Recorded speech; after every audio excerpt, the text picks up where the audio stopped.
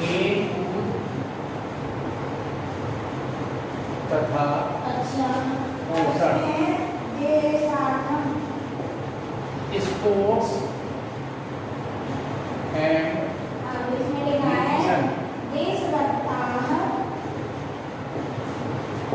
in this chapter we study about the nutrition gain our food जो हमें अपने भोजन के द्वारा न्यूट्रिशन पोषक तत्व प्राप्त होते हैं। ऐसे पोषक तत्व जो भोजन में विद्यमान रहते हैं जो हमारी बॉडी गेन करती है उसके बारे में हम इस चैप्टर में अध्ययन करेंगे। तो उसमें देखिए संतुलित आहार बैलेंस डाइट।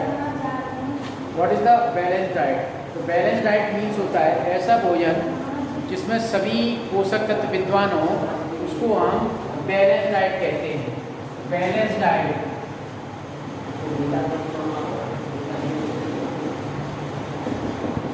बैलेंस डाइट क्या होता है? देखिए बैलेंस डाइट ऐसा भोजन जिसमें सभी पोषक तत्व विद्यमान होते हैं उसको हम बैलेंस डाइट कहते हैं। इसी क्रम में देखिए अब ये पोषक तत्व होते हैं वो दो प्रकार के होते हैं, एक होता है न्यूट्रिटिव, एक होता है नॉन न्यूट्रिटिव।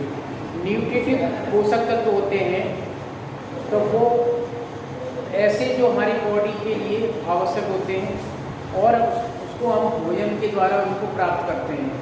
इसमें हमें कई प्रकार के ये पोषक तत्व होते हैं। तो ऐसे पोषक तत्व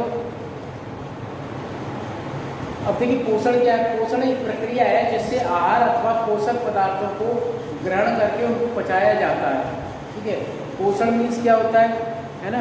तो पोषण उस प्रक्रिया को कहते हैं, उस प्रोसीजर को कहते हैं जिसके अंदर जो हमारा फूड है या न्यूट्रिटिव सब्सटेंस है उनको ग्रहण करके हम जो पचाने का प्रोसीजर है उसको हम पोषण कहते हैं।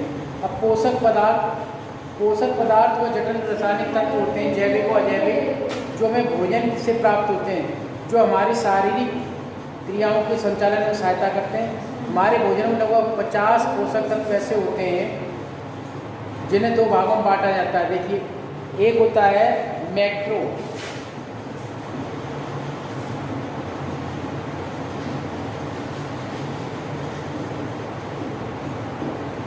दूसरा होता है माइक्रो। तो छोटे स्तर से इसमें डिफरेंस देखिए। मैक्रो मीन्स होता है बड़े पैमाने पर, यानी कि जो हम भोजन में से पोषक तत्व बड़े पैमाने पर प्राप्त करते हैं लार्ज स्केल पर, उसको तो मैक्रो कहते हैं। माइक्रो का मतलब होता है सूक्ष्म पोषक तत्व जो हमें भोजन में बहुत कम मात्रा में मिलते हैं उसको माइक्रो कहते हैं। जो बहुत अधिक मात्रा में जो हमारी बॉडी को आवश्यक होते हैं उसको मैक्रो न्यूट्रिटिव कहते हैं। अब इसमें देखिए मैक्रो और माइक्रो में जो है वो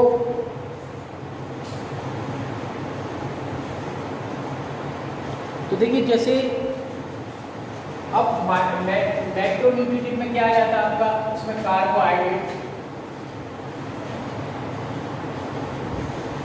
प्रोटीन,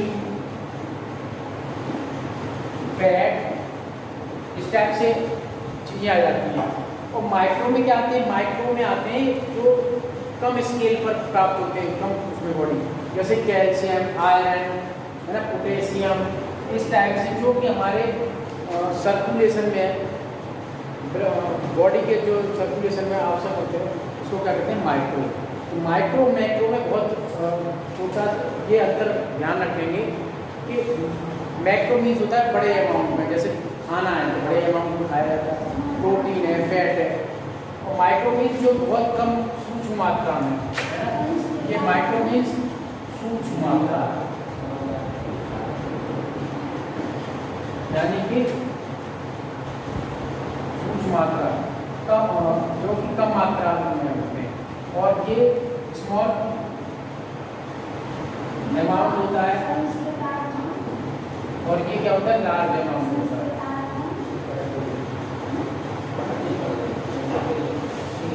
तो ये इसमें विटामिन वगैरह ये सारी चीज़ें आती हैं जो किसमें आ जाती हैं?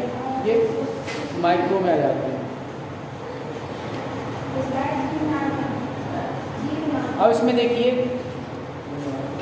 आहार के जो पोषक तत्व होते हैं, ऐसे गैर पोषक तत्व न्यूट्रिटिव एंड नॉन न्यूट्रिटिव, तो तो कार्बोहाइड्रेट है, तो देखिए कार्बोहाइड्रेट जो होती है उसमें कार्बोहाइड्रेट कार्बन हाइड्रोजन और ऑक्सीजन की उसमें कंपाउंड्स होते हैं, यौगिक होते हैं। ये अनुपात जल के साथ 2:1 होता है, ठीक है। कार्बोहाइड्रेट हमारी 90% जो कैलोरी होती है ऊर्जा उसकी आवश्यकता को पूर्ति करती हैं। ये मुख्यतः 3 प्रकार के होते हैं। कितने प्रकार के होते हैं? 3 प्रकार के होते हैं। शर्करा ये गन्ने, खजूर, चुकंदर और अन्य मीठे फलों में मिलती है तथा जल में घुलनशील होती है। स्टार्च ये आलू, चावल और गेहूँ आदि में बहुत बड़े पैमाने में पाई जाती है। यह जल में घुलनशील नहीं है। स्टार्च जल में घुलनशील नहीं है। 1 नंबर का क्वेश्चन ऐसे बन के भी आ जाता है, क्या स्टार्च जल में घुलनशील है? तो इसका आंसर होगा नहीं। सेल्यूलोज ये फलों और सब्जियों से प्राप्त होता है, ये जल में भी नहीं घुलता। तो सेल्यूलोज और स्टार्च, ठीक है, ये जल में घुलनशील नहीं है। तो उसके ऊपर एक क्वेश्चन बनता है, शर्करा जो है वो जल में घुलनशील है। ऐसे देखिए आपका जो प्रोटीन है, प्रोटीन जटिल रासायनिक पदार्थ होते हैं जिसमें कार्बन, हाइड्रोजन, ऑक्सीजन, नाइट्रोजन और सल्फर होता है। कुछ प्रोटीनों में फास्फोरस और आयरन भी पाया जाता है। प्रोटीन हमारी शारीरिक वृद्धि तथा वृद्धि के लिए आवश्यक है। अब इसमें देखिए प्रोटीन कितने प्रकार की होती है? प्रोटीन होती है 2 प्रकार की। एक होती है प्लांट प्रोटीन। प्लांट प्रोटीन का मतलब होता है जो पौधे द्वारा प्राप्त करते हैं। ऐसी प्रोटीन जो हमें साग सब्जी के द्वारा प्राप्त होती है, जैसे आपने देखा दाल है, सोयाबीन वगैरह जो इनसे उत्पन्न होती है ना, उसको कहते हैं प्लांट प्रोटीन। प्लांट प्रोटीन जो पौधे के द्वारा उत्पन्न होती है। और एनिमल प्रोटीन,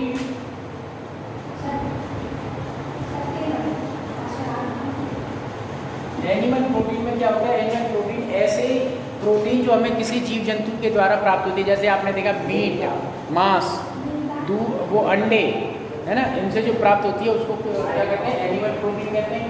और जो पौधे द्वारा प्राप्त होती है उसको क्या कहते हैं? प्लांट प्रोटीन कहते हैं, है ना। तो इस टाइप से ये हमारे प्लांट प्रोटीन और एनिमल प्रोटीन, तो एनिमल प्रोटीन और प्लांट प्रोटीन। तो ये क्वेश्चन बहुत ईजी है कि प्लांट जो पौधे द्वारा हमें खाद्य पदार्थ प्राप्त होते हैं उसको प्लांट प्रोटीन कहते हैं।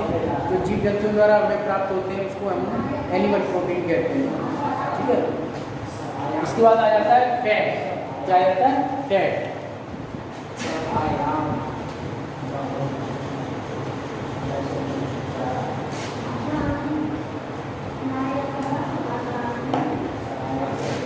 फैट इसको कहते हैं वसा।